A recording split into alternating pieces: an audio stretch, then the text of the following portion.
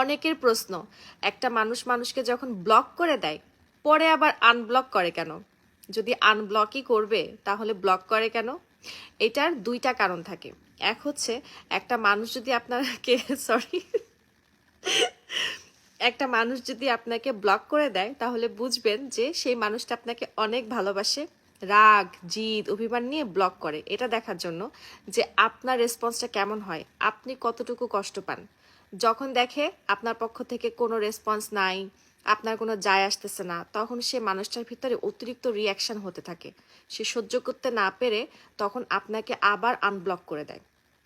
দ্বিতীয় কারণ হচ্ছে একটা মানুষ ইচ্ছা করে আপনাকে আনব্লক করে এটা দেখার জন্য যে সেই মানুষটা আপনার কাছে কতটুকু ইম্পর্ট্যান্ট, কতটুকু আপনি তাকে ভালোবাসেন এবং কতটুকু আপনি পাগলামি করেন তার জন্য, এটা দেখার জন্য।